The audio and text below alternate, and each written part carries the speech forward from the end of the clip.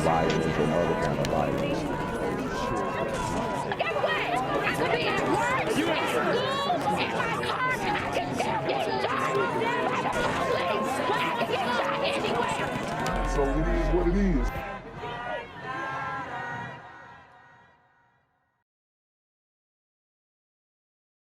What's good, YouTube? It's the Black Gen Z Mindset. Make sure you go ahead and like, comment, share, subscribe. Let's get into the video. We begin tonight with breaking news right now at 11. Snellville police are investigating a shooting that killed one person and hurt another. This is brand new video of the scene in the 2900 block of Summit View Court. That's near the Summit Chase Golf and Country Club. Wow.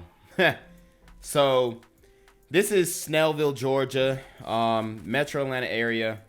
And pretty much anywhere in Metro Atlanta, it's going down, okay? So we got one injured, one dead.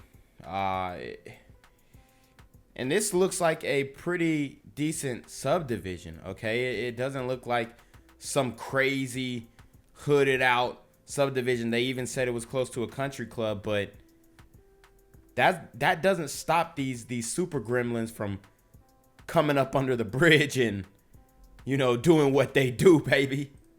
Police have not released information about the victims and what may have led up to the shooting. When we learn new details, we'll post them for you on 11alive.com. Is underway. An active investigation is underway following a double shooting in a quiet Snellville neighborhood that left one person dead and sent another to the hospital. Good evening and thank you for joining us tonight. I'm Russ Spencer. I'm Courtney Bryant. We are now learning the GBI is on the scene of this deadly shooting. Fox 5's Rob Durienzo was there talking with neighbors, trying to piece together what happened. Rob. Man, this shooting in Snellville is a case of when you bring a super gremlin to the suburbs. What do you know? Well, Russ, Courtney, we're hearing from several neighbors that they saw a white SUV speed off from the house moments after the gunfire. As you mentioned, the GBI is now on scene looking around the area for any evidence they can find. Now, the GBI spokesperson told me that this is not an officer-involved shooting, but here's what we know right now. Someone shot two people inside of the home on the 2900 block of Summit View Court. Snellville police tell us one is dead and the other was rushed to a hospital around here. It's not clear what shape that second person is in right now. Police say the call came in just after 5 p.m. When we showed up a little while ago, the front door of the house was left wide open as police worked the scene. This is how I know it was a super gremlin, because he left the door wide open. It's just certain details you gotta listen to, and it'll tell you exactly who did this. One neighbor described to me the dramatic moments after he heard the gunfire. It sounded like maybe 6 or 7 of them. I came outside, and then a white Chevy Tahoe just pulls out. Doesn't stop at the stop sign. They're really fast. Yep. That's a super gremlin for you. Then we heard some neighbors screaming, and then, I called the police as soon as I could. Now, neighbors told me that they saw that same white SUV driving up and down the street for a few hours this afternoon. Everyone I spoke to said this is a really quiet area, so this comes as a complete shock. Now, wow, so they seen the SUV staking the place out earlier, and nobody called the police. And I'm going to tell you why nobody called the police. Because they didn't want to be racist. They didn't want to be racist. They didn't want to seem like they were profiling. They didn't want to seem like they were trying to stop and frisk a vehicle, an unrecognized vehicle in their neighborhood. That's exactly what it was. They was probably bumping, playing loud music. Got, subwoofers bouncing all through the area. Because you're really not going to notice a car just driving back and forth unless they're making some noise. Because, you're just doing your day-to-day. But nobody called the police prior. And I guarantee it's because they didn't want to seem like they were profiling. Back out here live, you can see GBI investigators along with Snellville police are continuing their work right now. Now, Snellville police did not give us any information on that white SUV, including what, if any, role it played in this incident. But again, at least one person dead, another taken to the hospital at this crime scene here in Snellville. That's the latest from here at the scene. Rob DiOrienzo, Fox 5 News. All right, Rob, thanks. A man who once lost his way has found stability, and now he's looking for his loved ones. Fox 5's Angelique Proctor has this story. He's been living on the streets of Atlanta for 15 years, but now a 76-year-old man has a place to call home. He says now his wish is to reunite with his 3 adult daughters. It's about time. You know, I've been out there a long time. Watus Jones recently made the decision to stop living on the streets of Atlanta. So this is one of these deadbeat dads, got 3 kids, was living on the street, and was there any specific reason why he couldn't be in his kid's life, huh? Not really, not particularly, but maybe he got kicked out of the house, maybe the mother pushed him away, but it doesn't look like he leveled up. So he was probably on that bummy stuff when he was with her, and she was like, yeah, I gotta get rid of this man because he ain't worth a damn. The 76-year-old upgraded to a 1-bedroom apartment with the help of In-Town Collaborative Ministries. First part of the time, He was out on the street for so long, he became used to it. one thing I never did, though, I never considered myself as being homeless. Woo! And I don't want to get disrespectful, but this is I think the intellectual disconnect when it comes to some of our brothers out here. The rationalization to mediocrity or below mediocrity is, well, you know, I never really considered myself homeless, so as long as I don't consider myself homeless, I'm not homeless because I got somewhere to go, but I don't have anything to my name. So I think that is the main problem. And I know they're trying to help him out and put him in the apartment, but I guarantee, bro, he just gonna trash that apartment and he gonna be out on the streets again. He's 76-year-old, been out on the streets probably 20, 30, maybe 40 years, probably longer than that. And it's sad, but at the same time, I think they're going to learn the hard way that when you try to help some of these dudes, you know what I mean, it just don't work out. Considered myself very fortunate. Mr. Jones was blessed over the years. He worked as a chef at the popular Atkins Park restaurant. That is when he said he had custody of his 3 daughters that he's not seen in a decade.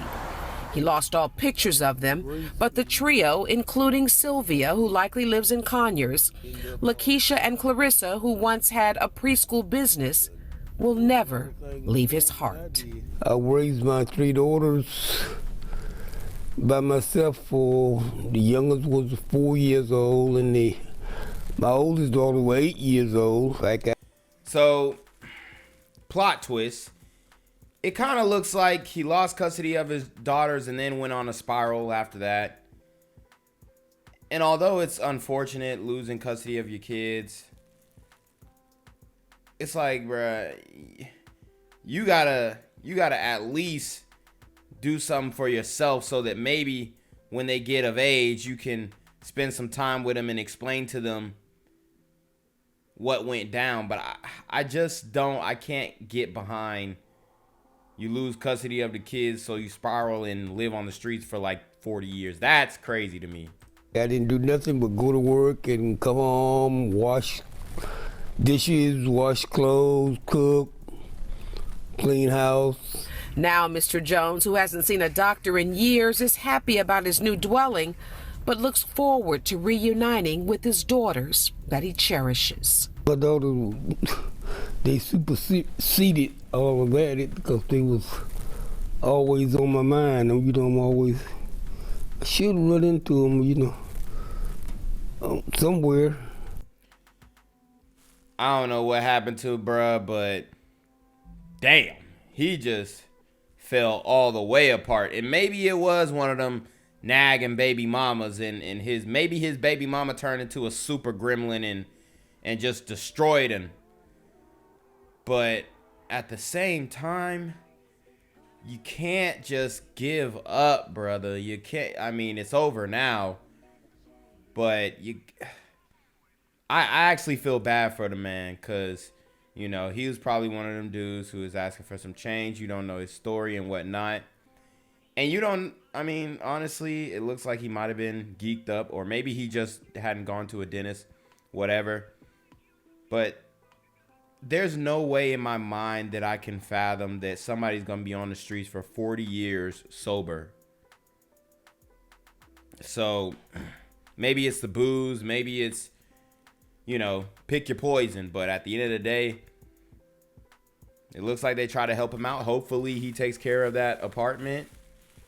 But this is one of many in the community who it looks like he just can't get right. On the bus line or something, that's my prayer. Things are finally coming together for Mr. Jones, but he says once he reunites with his 3 daughters, his life will be complete. In Southeast Atlanta, Angelique Proctor, Fox 5 News. At 11, a hearing-impaired man shot and killed in DeKalb County 2 days after Christmas, and now his family and police are asking those who might know something to please come forward. Zach Metro Atlanta area, I'm telling you. Summers is live at DKPD's South Precinct with his family's plea for justice. Zach.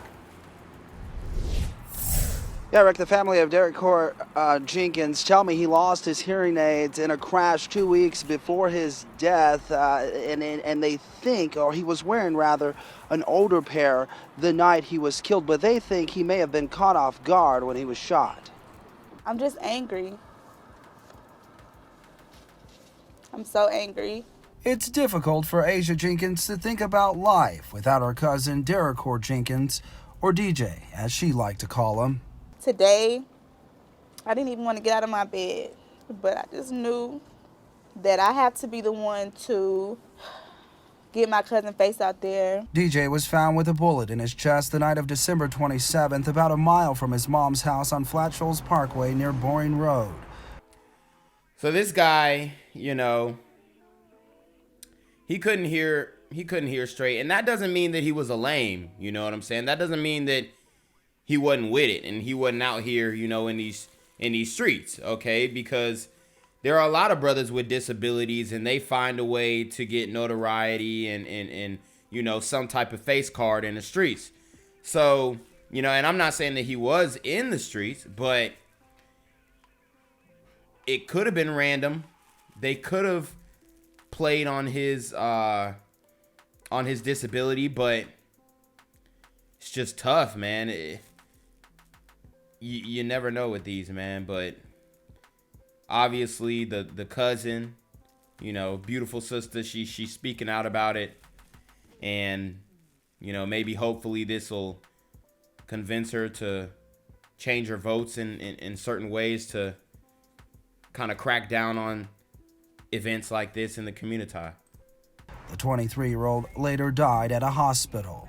I know there's nothing that he could have done to make anybody want to hurt him. Asia and DJ were best friends. She says he was rarely angry.